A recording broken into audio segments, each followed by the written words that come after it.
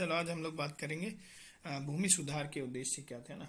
तो भूमि सुधार क्यों किया गया था, है ना। भारत में भूमि सुधार का जरूरत क्यों पड़ा, ऐसा क्या आन पड़ा कि भारत को भूमि सुधार का जरूरत पड़ा।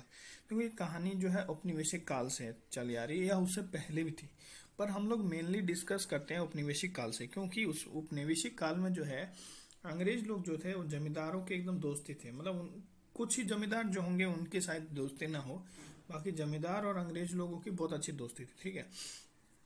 तो औपनिवेशिक काल ने जमींदार व्यवस्था को मूल रूप से आर्थिक शोषण पर आधारित थे ना। तो वो क्या करते थे ना कि भाई अंग्रेज बोलते थे कि भाई मेरे को जैसे मान लो ये खेत है, ठीक है। अंग्रेज ने बोल दिया ये खेत है, ये मान लो जितने भी एकड़ का डजेंट मैटर, उसने बोल दिया कि भाई मेरे को जो इस खेत पे, हाँ इस खेत पे तुम मेरे को मान लो 500 रुपये दे देना। तो वो 500 रुपये उस किसान से वसूली करेगा तो उसको कोई फायदा नहीं होगा, ठीक है। तो वो 600 1000 जितना भी मतलब लगान जो तय होता था उस आधार पर 600 1000 के आसपास वो वसूल कर लेता था। 500 दे देता उसको 500। तो किसान जमींदार जो था ना उस समय कहना कि आर्थिक शोषण पर आधारित एक व्यवस्था थी। जमींदारी व्यवस्था जो है आर्थिक शोषण, मतलब किसानों का वो आर्थिक शोषण करता था। सही बात है भाई, पैसे ले रहा है तो आर्थिक शोषण ना कर रहा है। और जमींदार व्यवस्था ने एक ऐसा परजीवी वर्ग पैदा कर दिया जो दूसरों की मेहनत पर पलता था। सही बात है, ये भी कोई गलत बात नहीं भाई। जो किसी की दूसरों के पैसों पर निर्भर रहता है वो परजीवी है, तो वो जमींदार क्या हो गया, परजीवी व्यवस्था का उदाहरण हो गया ना। तो इस तरह से एक शोषक वर्ग हो गया जिसमें बहुत सारे लोग शामिल थे ना। जिसमें सिर्फ हम लोग बोल देंगे कि सिर्फ जमींदार ही शामिल है, तो नहीं। उसमें जमींदार, साहूकार और भी अन्य मध्यस्थ लोग, आज भी देखो बिचौलिए लोग हर जगह तुमको मिलेंगे। ऐसा नहीं है कि क्या बोलते हैं बिचौलिए लोग नहीं है। जैसे कि तुम घर बिकवाना चाहते हो, जैसे मान लो ये घर बिकवाना चाहते हो ये, और ये तुम्हारा इसका खरीदार है। तो बीच में जो दलाल लोग होते हैं ना, दल्ले जिनको बोलते हैं, तो दलाल लोग हैं वो क्या मीडिएटर्स हैं, वो बिचौलिए हैं। वो तो इसको बोलेंगे कि भाई हम तुम्हारा 5 लाख में बिकवा देंगे, इसको बोलेगा कि इसको चाहिए 10 लाख तक अंदर, इसको बोल देंगे 6 लाख में तुमको घर दिलवा देंगे। इससे 5 लाख लेगा, ठीक है, इससे 6 लाख लेगा और इसको 5 लाख दे देगा, तो 1 लाख इसका बच जाएगा। तो यही सब बिचौलिए लोग का काम होता है, ठीक है। ठीक है, तो ये जो शोषक वर्ग था ये क्या है, आर्थिक शोषक वर्ग है, ठीक है। वास्तविक काश्तकारों से उत्पादन का एक बड़ा हिस्सा ये लोग छीन लेते थे उस समय। अब तो इतना नहीं है, अब तो किसानों को तो ये वाला चीज नहीं है, पर उस समय तुम सोचो कि क्या है कि किसानों से एक बड़ा हिस्सा जो है ये लोग छीन लेते थे। मूवी सब देखी होगी तो पता है, भारत माता मूवी ले लो, और फिर तुम्हारा 3 गुना लगान देना पड़ेगा, लगान मूवी खुद है ना। तो लगान में भी यही बताता ना कि भाई जब बारिश भी नहीं हो फिर भी आपको लगान देना पड़ेगा। तो यही है कि भाई उनको अपने जो काश्तकार हैं या किसान हैं उनको अपने उत्पादन का एक बहुत बड़ा हिस्सा जो है जमींदार लोगों को देना पड़ता था। इसलिए स्वतंत्रता प्राप्ति के पश्चात जो है भूमि सुधारों का उद्देश्य उत्पादन के साधन के रूप में भूमि को एक ऐसा स्वरूप प्रदान करना। देखो, क्योंकि भूमि किसान के लिए जो है ना, भूमि सब कुछ है। अगर उसको भूमि दे दोगे तो वो बहुत कुछ कर लेगा ना, उससे फिर बहुत सारा हो जाएगा, जिसके फलस्वरूप कृषि उत्पादकता।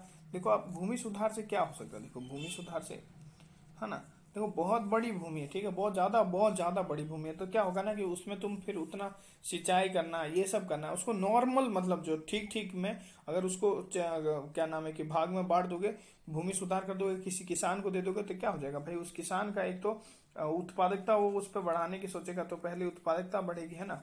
जब उत्पादकता बढ़ेगी तो उसकी गरीबी दूर होगी, गरीबी दूर होगी, साथ साथ में उसको रोजगार मिलेगा, तो बेरोजगार की समस्या जो है खत्म हो जाएगी, ठीक है। फिर जब गरीबी दूर होगी उसकी, ग्रामीण गरीबी जिसको हम लोग बोलते हैं, ग्रामीण गरीबी दूर होगी, गरीबी दूर होगी तो वो शिक्षा इन सब में थोड़ा सा पैसा व्यय कर सकता है, साथ साथ में उसको सामाजिक न्याय मिलेगा।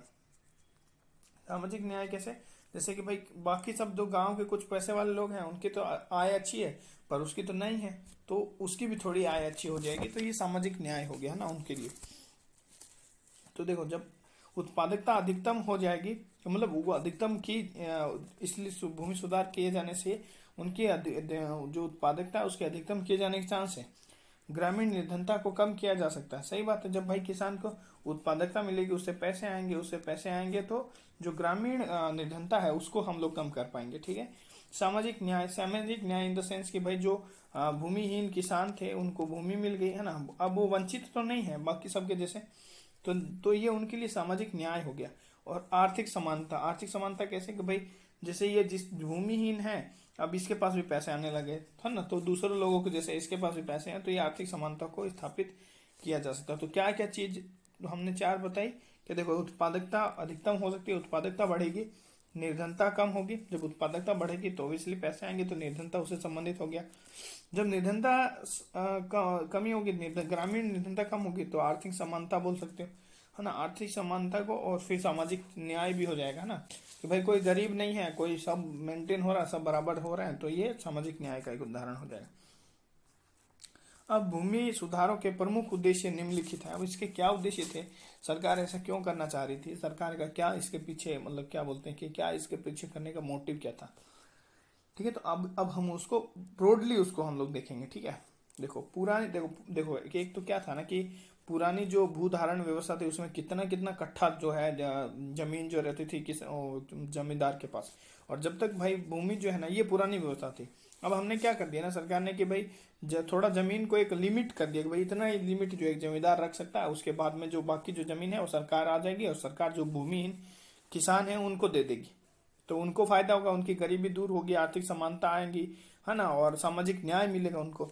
तो पुरानी भूधारण व्यवस्था को समाप्त करना ना, जिसमें क्या है ना कि कितना कितना पता है, बहुत ज्यादा मात्रा में वो लोग क्या करते थे, भूमि धारण किए हुए थे, और एक ऐसी नई व्यवस्था को जन्म देना जिससे भूमि पर खेती करने वाले ही उसके वास्तविक स्वामी। अभी तक क्या था, ये परजीवी वर्ग जो है भूमि का स्वामी बना हुआ था ना, इसके पास मान लो कि एक एक हजार मतलब एकड़ इनके पास जमीन है या हेक्टेयर जमीन है।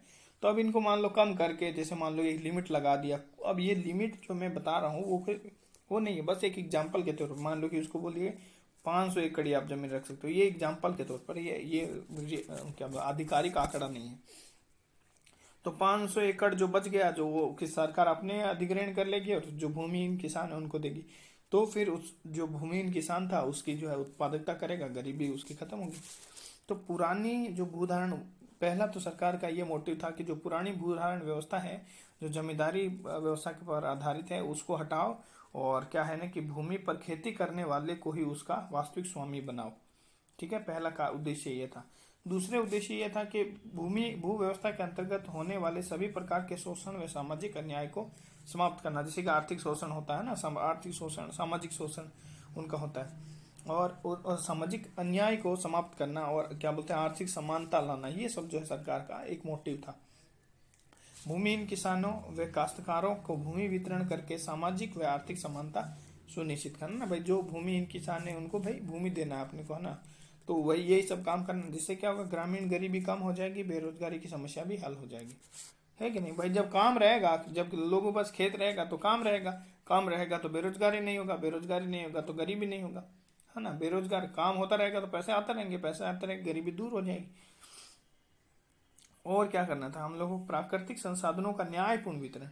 क्योंकि देखो भाई, प्राकृतिक संसाधन, भूमि एक सीमित संसाधन है ना। अब सीमित संसाधन कुछ ही लोगों के पास है, 4-5 लोग गांव में, मतलब 4 ही 5 जमींदार जिनके पास पूरी जमीन है, तो ये तो सही चीज नहीं है ना। एक तरह से देखोगे तो ये कोई मतलब क्या बोलते हैं कि न्यायपूर्ण वितरण नहीं है। तो उनको क्या है ना कि उनसे उनका जमीन छीनो और एकदम न्यायपूर्ण वितरण करो, जो खेती कर रहा है उसी को दो जमीन, अर्थात आर्थिक न्याय के सिद्धांत को सुनिश्चित करना।